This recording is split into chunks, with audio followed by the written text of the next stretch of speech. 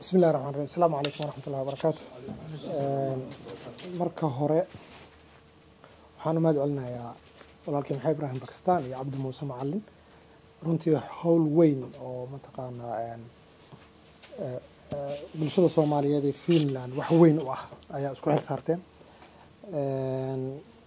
yani ninaan wax qabanina lama dhaliilo waxbana lagu madaro yani meel cidlaa wax lagu madaro meesha markay wax ka jiraan ra'yi lagu darsadaa dad intay kulmaan ay ka wada hadlaan marka inaan maanta halkan nimaado oo arrinkan aan ka wada hadalno waa talaba idinku aqaadeen aad iyo aad ugu mahadsantihiin codka Soomaalida ee Finland waxa waaye waa loo baahan yahay in codkan uu gaaro bulshooyinka kale inuu gaaro macnaha aad muhiim u tahay doorashada magaca lafteeda ganuun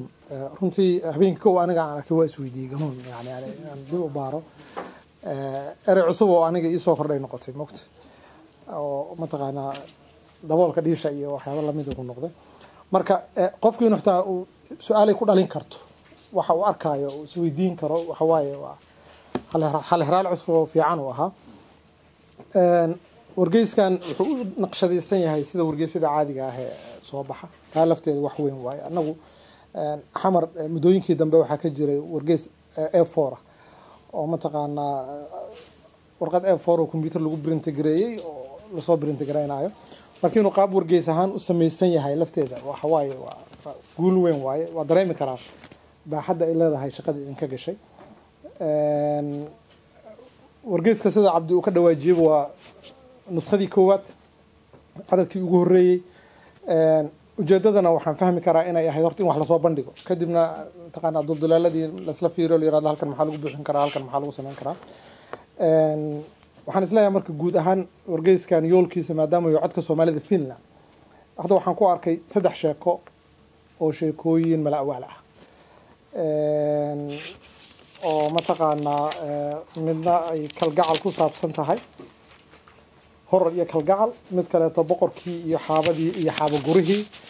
iyo sheeko saddexaad ahayd shimbirkii mucjizada sheekooyinkaas cadadka koowaad oo aqbalayna laakiin cadadada kale waxa lagu bedeli karaa waxyaabo kale oo codka Soomaalida Finland ka baaya tusaale ahaan yani horumarka dhalinyarada Soomaalida ee Finland meeshan ay ka sameeyaan hatta haddii sheeko mala'awaal la sameynayo sheeko mala'awaal oo Soomaalida Finland ku saabsan ama dhaqanka Finland ku saabsan si maadaama waxaan codkii Soomaalida Finland u yahay bulshooyin kale u gaaro macnaha wax oo aan anagu dad kale gaarsiinayno laakiin haddii aan sheekooyin mala'awaal ama Soomaaliya nooga yimid aan wargeyskeena ku buuxino codkii Soomaalida Finland noocan ma waxba ka yara dhinaanaya marka waxaan isleeyahay sheekooyinkan sheekooyin loo kala lagu bedeli karaa oo tusaale ahaan ka sheekeynaya xitaa jacaylha ciyaalka say wallahi isjeclaaday sheeko mala'awaal ku saabsan mushkilada guurka ee meelahan sheeko mala'awaal ku saabsan isdhexgalka bulshooyinka iyo mataqaanaa dhaqanada kale ama wiil kurdi guursaday ama gabarnin kurdi guursatay sheeko ku saabsan dhibaatooyinka ka dhalan kara oo dabcan dad xambaarsan fariimo iyo digniino iyo mataqaanaa baraarujin iyo waxyaabo noocaas oo xambaarsan oo xitaa cunugii dhalinyarada meeshan joogay macno u sameynaysa waa fahmi karaa cunug marka localkiisa looga sheekeeyo oo loo soo qaato sheeko gabar yar oo kurdiyad ahayd iyo wiil Soomaaliya dhaxmartay ama wiil kurdi iyo gabar Soomaaliya dhaxmartay ama xitaa Finnish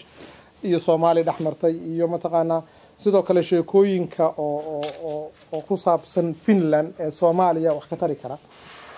oo ay kamid ahaan karto tusaale ahaan sida Finnishku ay u maareeyeen arrintan Karyala oo naga lafteena mushkilad weyn xuduudaha Soomaaliya Itoobiya iyo Kenya wax naga haystaan sheekada Karyala ku saabsan haddii qaabka Finnishku ay u maareeyeen mataqaana nabad ugu bedesheen iyo waxyaabo noocaas oo kale taa oo fariimaha lagu gudbin karo ilaa yani isbarbar lagu sameyn karo annaga teen Finnishku waxa moodaa siyaasad ahaan iyo xitaa bulshahan mararka qaar inaan si isugu dhowdhownahay dawlad awood leh oo mataqaanaa xoog laha dhinaca bariga ka saaran oo markay rabtana dhul ka qaadata markay rabtana baad ka qaadata markay rabtana hujuumta markay rabtana dhibaato samaysa ilaa Finnishku hadda ay naato ku biiraan si mataqaanaa ay uga hortagaan dhibaatooyinka noocaas oo kale annaga lafteena waxa dhici karta inay dawladda saas oo waaweyn ugu hareeraysan yihiin marka qaabka ay Finnishku ay u maareeyaan arrimahaas sheekooyin ku saabsan ama warbixino ku saabsan oo kale haddii wargeyska lagu soo bixin karo waxaan ficlahay dadka Soomaaliyeed ee Finland joogin xitaa inay tusaalayaal ka helaan waxay fahmi u fududeyn lahayd dhalinyarada halkan joogta qaabka xitaa uga fahmi lahaayeen siyaasadda Soomaaliya ka jirta iyo xiriirka Itoobiya iyo Soomaaliya ka dhaxeeyay iyo xiriirka Kenya iyo Soomaaliya ka dhaxeeyay iyo xubnaha noocaas oo kala sawir muuqday ka dhaxeeyay lahaayeen waxaa isla sidoo kale waxaa hadda wargeyska ka maqan ereyga tafatiraha kelmadii tafatiraha kuma qorna oo kelmad tafatirahana waxay noqon kartaa usbuuc kasta ama marka cadad kasta soo baxaya wax wargeysku u focus gareeyo oo mataqaanaa arrin markaa taagan intuu qofka tafatiraha ku falanqeeyo xuluushii ku soo bandhigay noqon kartaa ereyga tafatiraha waa ka maqan yahay waxaa loo sameyn karaa tiirar joogto ah oo mataqaanaa ka hadla mawaadiic kala duwan sida hadda aan sheegaba tiir joogta oo horumarka dhalinyarada Soomaaliyeed ee Finland waxaa loo dhiibi karaa wiil ama gabar wiilkaas ama gabadhaas waxay soo wareysan karaan arday Soomaaliyeed oo ama jaamacadaha Helsinki ama jaamacada Turku iyo Aalto University dhigta by the way waxa jira gabdho badan oo successful wadankan jooga jira oo mataqaanaa codkooda hadii la soo gudbiyo xitaa tusaale ama yani ku dayasho u noqon lahaa dhalinyarada kale oo mataqaanaa ay arki lahaayeen in ay community-gu ay horumar gaarsiiyaan marka dabcan waa wixii aragti iyo fikir ah oo aan wadaagi karno waa wadaagayna laakiin waxaan aad u bogaadinayaa wargeyskan yani wargeyska u eg macnaha markaan leeyahay wargeyska u eg waxaan ka wadaa aan A4 ka ahayn inuu soo baxo runtii waa horumar weyn waaye walaalaha hawshan isku xil saareen maxamed iyo cabdi aad iyo aad u mahadsantiin jazakumullahu khair wixii tala iyo tusaale ah iyo aan heli karno iyo waqti ahna waa idinla garab istaagaynaa in wargeysku uu lacag la'aan yahay oo bulshada dhan uu gaarayo waxay ka dhigan tahay inaad si voluntary waqtigiina u gelinaysaan marka inaan voluntarygaas kala qayb qaadanayno insha Allah diyaar aan nahay oo bulshadii wixii la gaarsiin kara aan wax ka gaarsiino insha Allah taala aad iyo aad u bogaadinaya wargeyskan oo mahadsantiin jazakumullahu khair